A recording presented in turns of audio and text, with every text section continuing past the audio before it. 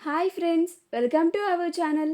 సతీభామ serial next ఎపిసోడ్లో ఏం జరగబోతోందో ఈ వీడియోలో చూసి తెలుసుకుందాం.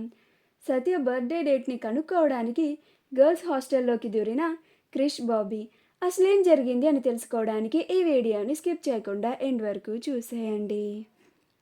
నందిని తను చేయాలనుకున్న పూజని మైత్రి చేసిందని, పైగా మైత్రిని ఇంట్లో వాళ్ళందరూ మెచ్చుకున్నారని, మరలా నందినిని ఇంట్లో పూజ చేయమని చెప్పిన శాంతమ్మనే దగ్గరుండి మైత్రి చేత పూజ చేయించిందని తెలుసుకొని కోపం తెచ్చుకుంటూ ఉంటుంది.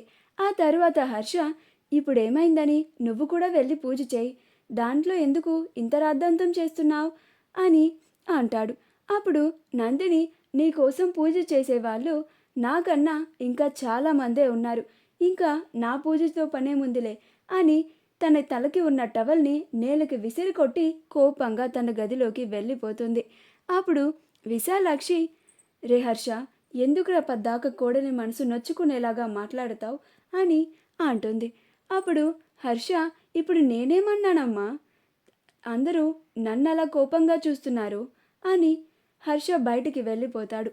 అప్పుడు మైత్రి, సారీ ఆంటీ, ఇదంతా నా వల్లే కదా, పాపం నందిని కూడా పూజ చేయాలి అని అనుకున్నట్లుగా ఉంది, తనకి నేనే అడ్డు వచ్చి ఇలా తను బాధపడేలాగా చేశాను, నేనే వెళ్ళి తనతో మాట్లాడతాను అని నందిని వాళ్ళ గదిలోకి వెళ్తుంది. అలా మైత్రి నందినితో మాట్లాడాలి అని ప్రయత్నిస్తూ ఉంటే నందిని మైత్రి మాటలని వినిపించుకోదు, విసుక్కుంటూ ఉంటుంది. అప్పుడు మైత్రి మాట్లాడలేక వాళ్ళ గదిలోంచి బయటికి వచ్చేసి ఒక పక్కన కూర్చొని బాధపడుతూ ఉంటుంది.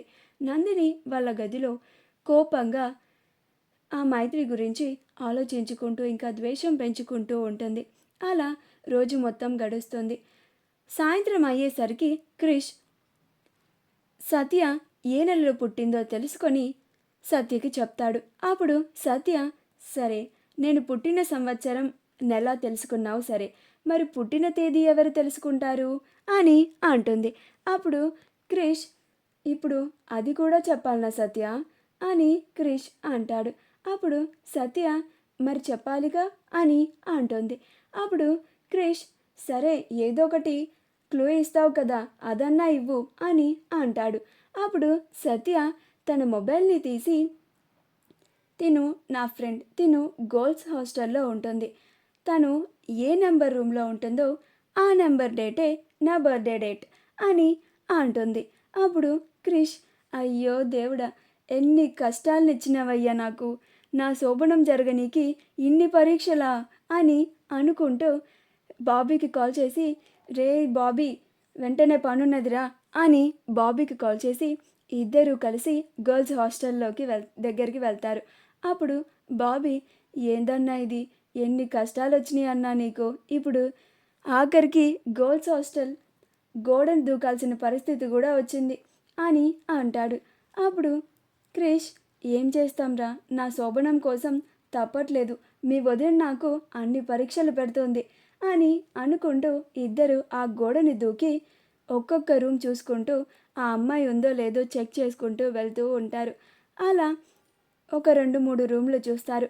ఆ అమ్మాయి అస్సలు కనిపించదు. అప్పుడు క్రిష్, మనం ఇట్లా ఉంటే ఎవరైనా చూస్తారేమో, డౌన్ టు ఎర్త్ ఉందామని ఒంగొని నడుస్తూ ఉంటారు. అలా ఈలోగా వాచ్మెన్ వాళ్ళిద్దరినీ చూసేసి వాచ్మెన్ కూడా అలా ఒంగని నడుచుకుంటూ క్రిష్ వాళ్ళకి ఎదురుగా వస్తాడు. మా వీడియో కనుక మీకు నచ్చినట్లయితే లైక్ చేయండి, షేర్ చేయండి, మా ఛానల్ని సబ్స్క్రైబ్ చేసుకోండి, పక్కనే ఉన్న బెల్ ఐకాన్ని క్లిక్ చేయడం మాత్రం మర్చిపోకండి.